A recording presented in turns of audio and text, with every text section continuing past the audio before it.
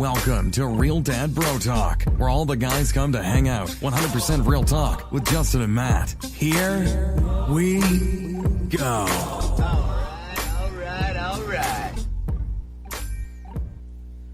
Hello, everybody. It is Matt from Real Dad Bro Talk. Justin is out tonight, so I'm going to be rolling solo tonight, but it's going to be a good one tonight. I got a lot of good topics to kind of go over with you. We're going to go talk about Christmas and New Year's. We've had a national championship take place. We had a huge fiasco kind of go on in the way of the whole H&M situation. I want to dive into that one a little bit too. And then with football, NFL football playoffs going on now too. So there's a lot to talk about. A lot has happened since then. And I know we've have a lot of time in between that, so definitely got some stuff to talk about. So Christmas, let's just jump right into it. Christmas. My Christmas was busy as always. When you have a blended family, you have 4 kids, you know, there's just always places to go. It's never just, obviously, it just feels like there's never just, you know, Christmas. You have like 5 Christmases because, you know, everyone wants to see the kids. They want to see you, and it's a ton going on. But it was a good time. It's always good to be around family and just experience that and enjoy it and just see smiles on the kids' faces. You know, that's what it comes down to at the end of the day for us, is just getting them to enjoy it and just really be thankful and just be appreciative and just enjoy each other's company. So it was definitely a good time. Santa was good, as always. He's always good to the kids. You know, even though throughout the entire time I bring up that the elf is watching him, you know, Elf on the Shelf is watching you. He's telling Santa Claus right now how bad you are, you know.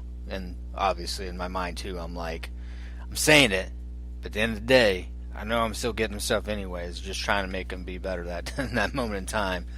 But everybody got what they wanted, I think, and then some. And you know, it's not even always Santa Claus anymore that gets them all the stuff. It's all the other, you know, grandparents and other relatives that are getting the kids all the stuff now. So Santa Claus is getting them some stuff, but it's not like it used to be where it was just like a massive amount of toys. It's just, you know, little things that they really wanted, you know, here and there. So it was a good Christmas, and to be honest with you, my Christmas lights are still out. We're getting hit pretty hard with some weather today, but I gotta get those down. Got a Christmas tree up still, so I'm one of those guys that gets the Christmas tree up early, but then is like, man, I really don't want to take it down, but I'm probably going to have to do that tomorrow. So don't know what type of dad you are for the Christmas lights, if you do it or if you don't, or you know, how soon or how late. Don't know the proper etiquette there, I guess, if there is one, but I'm learning as I go with that. And then the New Year came and went as well. That was that, like I said before, like the New Year really never got me like super excited about just like, I can't wait till the ball drops and watch that whole thing. I don't think my kids didn't even stay up and watch it. Well, I take that back. A couple of them did, but most of them didn't. So it was okay. It was we were in bed before the ball dropped, and you know, another day, man. You know, and not really the resolutions guy either. I feel like if I'm going to do something, I'm going to do it. It doesn't matter if it's because it's a new year or not. You know, I got to put my mind to it, just focus on it, and then just kind of push myself and don't let myself kind of fall down from that. But resolutions are good for some people. It kind of keeps them in the mind frame and allows them to stay focused throughout the year. And you see a lot of people that have had some really strong, ambitious resolutions to get it going that are already like, all right, January 1, 2019, that's my year. It's changing. Yeah, so I don't want to be that guy. I don't want to set myself up and then next thing you know, I'm just like waiting for the next year, or waiting maybe January is a gimme month, you know, and I'm gonna do a mulligan for January, and then February is when it's really gonna start and keep going from there. February was just warm up as well, batting practice, you know. So, you know, I just want to keep myself focused. So resolutions, I don't really put too much thought into that one. And the one thing I know Justin was probably wishing he'd be on to talk about right now is that his team, the Alabama Crimson Tide, pulled one out of their asses again and won the championship, which blew my mind because I wasn't too entertained with it. Like I said, I just didn't want Baker Mayfield's turd face to win it, which he didn't, so I was all good with that. I was kind of thinking that Georgia was going to win it just because they looked like a pretty solid team and they had a lot of momentum going into it. I felt they looked pretty strong with their running game. But and I looked at 13-0 at halftime. I was like, oh, sweet.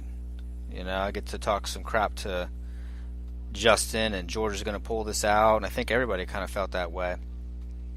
And I wake up the next day, an overtime win to Alabama. I was like, go figure. No freaking way did this happen. So, of course, somehow, some way, they pulled out of their butts with a freshman quarterback, and they win it. And everybody's just like, oh, this is the greatest team ever, and blah, blah, blah. So I got to hear that again. But I feel for the city of Atlanta right now and the state of Georgia. I mean, you went through some rough stuff lately.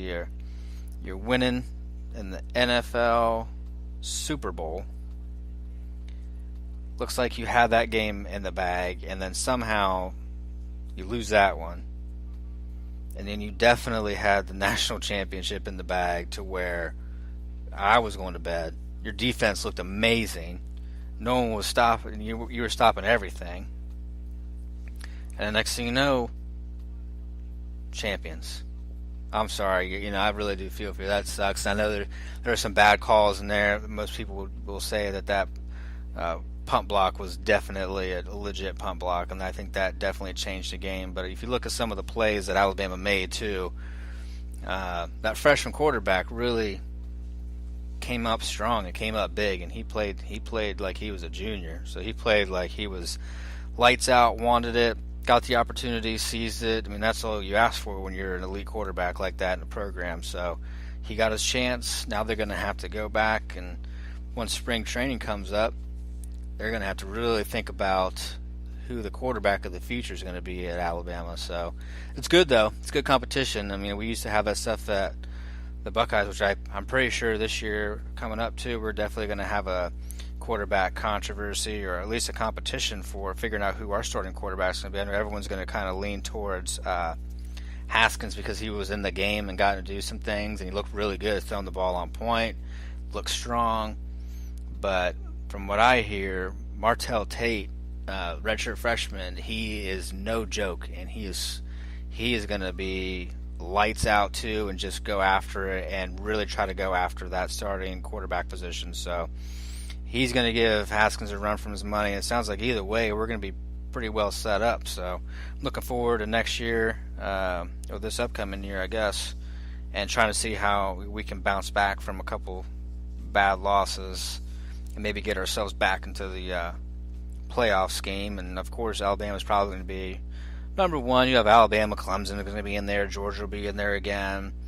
Don't know what Oklahoma's going to look like without Baker Mayfield, even though I don't like him. He ran the show there, so I don't even know what their backup situation's like there. So maybe they're in it, maybe they're not, or maybe we get some other sleepers that start really trying to shine. But when it comes to college football, we're getting our money's worth when we're watching these games. They're definitely keep you into the game. They're exciting. There's energy. There's a lot of passion there too. There's a lot of just fire and just, man, brotherhood. You look at that, and I think that's the time where it is really, really brotherhood. And maybe I'm wrong when it comes to the NFL, but the NFL is a paycheck, and it is a business, and it's treated a little bit differently. I feel people understand that if you leave an organization because of the dollars, no one's really going to judge you, because they understand that it's your livelihood. That's how you make your money. That's everything. So if you leave,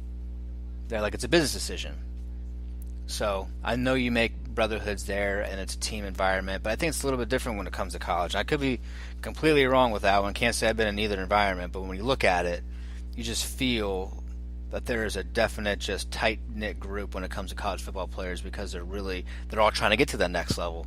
So they really, really have to rely on each other to make sure that each person is doing their job to allow the next person to fill the gaps and do what they have to do, to get the whole team on one page. So it's fun to watch. It's great to see that stuff. And the one thing I do forget, I don't know if anybody else is watching, the football games and stuff, but I completely forget their ages, because I still feel I am not that young, but I like to think I am. So when you see him, you're like, you look at him like, oh yeah, yeah, but then you remember like, oh man, he's only 20 years old. Like, oh my goodness. And then it's just like a reality check. Like, you're not a spring chicken no more, man. So that kind of is a kick where when you start to remember that stuff. But it's all good when it comes to that too. So looking forward to this year coming up, and then we have what is going on now. Oh yeah, I want to talk about. We'll talk about the NFL playoffs right now too, just because that's kind of in line with the college football, and we've been talking about it. But Atlanta's starting to come on a little bit. I think the Saints looking really strong, actually. And then, of course, you got the Patriots are in there as well. Steelers looking pretty good. Antonio Brown's going to come back. They're going to have a tough matchup against the Jags, though. Jags secondary is no joke. I think they're getting... I think people are talking about them, but I think they're still underrated because of the Jaguars.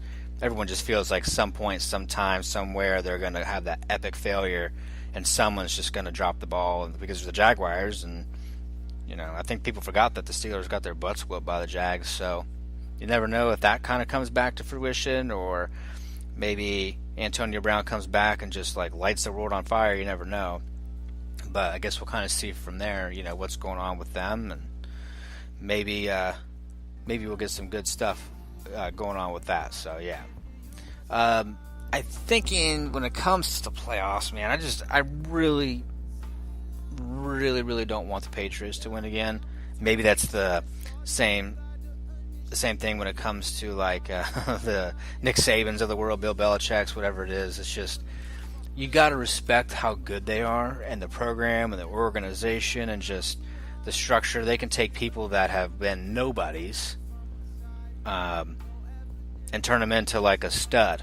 That's just how they operate. So who the hell her? I mean, Rex Burkhead was a Bengal. Yeah, he did pretty good, but next thing you know, he's in the Patriots uniform and he's picked up on every waiver wire for fantasy football after the first weekend. So that's how they operate. They're good. They're good, but I would love to just see somebody else in there have an opportunity. It'd be cool. Let's just say the Steelers and Saints. Why not? Just a cool Super Bowl. It's just something different. Give Drew Brees a chance to kind of make his one last mark to win another Super Bowl. That'd be good. I think that'd be a good one. So that's what I'm hoping for a little bit. Something different, or even the Jaguars and Saints. Maybe people may not like that because it's Jags, but just something different where it's not just always the same thing. Oh yeah, this is the big thing that I couldn't. When my wife told me about the picture that H&M had put out, with the sweatshirt and what it said, I was kind of in my mind like, come on, man, this either A, we're blowing this way out of proportion, because we tend to do that as a society as well, where it's taken out of context, it's not even close to, like, somebody's reaching. Sometimes people are reaching for things to look at, point a finger, say certain things. We're already really divided when it comes to a lot of the stuff that's going on right now, and if you're not paying attention to social media and just everything else that's going on, then you need to, because it feels like everyone wants unity and change and everything, but we're so divided, it's crazy. So anyways, she tells us about that, and I'm like, nah, no way. And then I saw it, and then my mind, I'm like, what in the, like, how? Everybody is right about this. How could anybody, it doesn't matter if it just doesn't matter. It's just like you go through certain steps of every process, especially if a company like an H&M, that's not just some fly-by-night, little store in the mall. You know what I mean? Like it's a name brand clothing line that a lot of people were getting. You had The Weeknd was one of its sponsors, or one of its partners. You had G-Eazy was one of the partners. So you had big name people that were associated with this stuff. So it's not just something small. To have that fall through to where it goes to print, to the masses, gets put on social, to the masses, without somebody just saying like, this looks really bad to have this way. I mean, it blew my mind. So once I saw that stuff too, it's like, man, I don't know. I mean, you really hope that people wouldn't purposely do something like that, because I mean, that's just not the way that things should operate in any way, in any business, in anything. It's not. I don't know. I don't know how to describe it. Besides, I was disappointed. I felt embarrassed the fact that we're in this 2018 and we're still like just so. That was a shot. That was a somehow, some way, someone either collaborated with that, they worked together to allow it to slip through the cracks, or last second somebody was like, hey, I'm not going to do this, but then some person was like, oh yeah, we are. And then they did it anyways, because, I don't know, I think anybody could have looked at that and just been like, no, pull it, can't do that, that's a terrible idea. Whoever thought of that idea should have either like a sit-down conversation and be like, what in the, like, where are you coming from with this? Like, where's your head at with this one? And then you have that conversation, maybe that person needs to go. You know what I mean? It just didn't make sense to me. So culturally, you can't be so blind to where something like that gets put on a sweatshirt, gets brought to light, and then just kind of play like, oh man, whoops, pull it. I should have never even got to anywhere close to that stuff. That just brings me up to the culture itself too. It's scary for me. I mean, everyone knows that's listening, I have 4 kids, 13, 10, 6, and a 1-year-old, and this scares the living hell out of me, really. It's not a good way to live, to think that way, so I tend to try to like think that there's good in everybody, and that eventually we're going to figure it out to where we're going to be able to really just live together and love, honestly, and just really just appreciate everybody for who they are, not their background, not their color. I mean, it's scary to kind of figure out that we've taken this so many steps forward, but maybe we really haven't. Maybe I have been so blind to the fact that I'm here in Ohio. You know, it doesn't seem to be much of an issue to me. It's never like been, in my mind, it was never that, you know, black and white, whatever it was, whatever color you are, whatever race, it doesn't matter, you know. But from what it looks like, it's still very much alive, and it's very scary to think that that's the world we still, not the world we live in, but the people that are living in the world are still thinking. It doesn't make much sense to why people wouldn't want to live with just why anger? I don't understand that. Or why just this? Why do you want to be divided? Everyone knows you're stronger when you're together. It's just how it is. It's just the way life is. When you're alone, or you try to divide yourself from other people, it just makes you weak. If we can find a way to just be together and just understand that this is bigger than all of us, and it's not about me and you, it's about all of us working together, the world will be a better place. If you worry about the person that's next to you the same way you worry about the people that are close to you, we could change a lot of things, you know. But it's going to take a lot of time, and there's a lot of people that don't want change, or don't want to admit it, or don't want to start to figure out ways to bring awareness to it, or are scared of what it might happen if they do show love for everybody. Don't know. Maybe and other things are too. Maybe never been brought up that way. Maybe for them, this is the way that you were supposed to operate. You're supposed to think. You're supposed to judge. You're supposed to just, you know, be that guy, I guess, or girl, you know. But anyways, we'll figure each other out, and we're going to get better at it, and we're going to continue to learn from our mistakes, and hopefully just come together as one, honestly. But no, I mean, coming up for Real Dad Bro Talk, we are going to be doing episodes weekly, they're going to be getting, so we're going to be doing those. You'll be seeing those on iTunes every Wednesday, Thursday. Google Play takes a little bit longer, so probably not till Friday. But I'll have the link available on Spreaker. I'll be posting all this stuff on Instagram so people can know when that content is coming out. If there's anything you want me to talk about in length, please just email me at info@realdadbrotalk.com. Me and Justin will get to that. We'll review it. If it's a good topic, we will actually bring you in on the show as well. We can talk about it. You could be a guest speaker. Would love to give shout outs and bring people together and just share some good content together. And if you haven't checked out the merch store, go to brodadshop.com.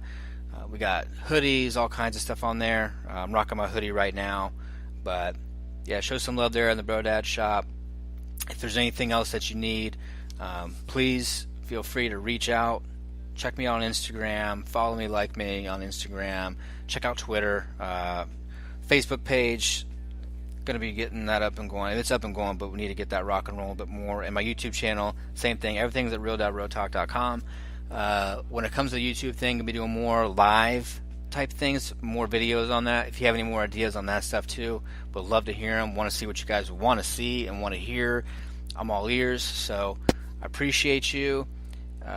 Can't wait till we continue to go down this path together and just have these cool conversations again, you know, where it's just like, hey, the dudes are coming together, we're going to talk about bullshit, we're going to hang out, we're going to have fun, and it's going to be good, man. So stay tuned, check out next week, holler at me if you need anything, and I appreciate you. Till then. BBT. Keep track of what we're doing on all social media at Real Dad Bro Talk. Till next time.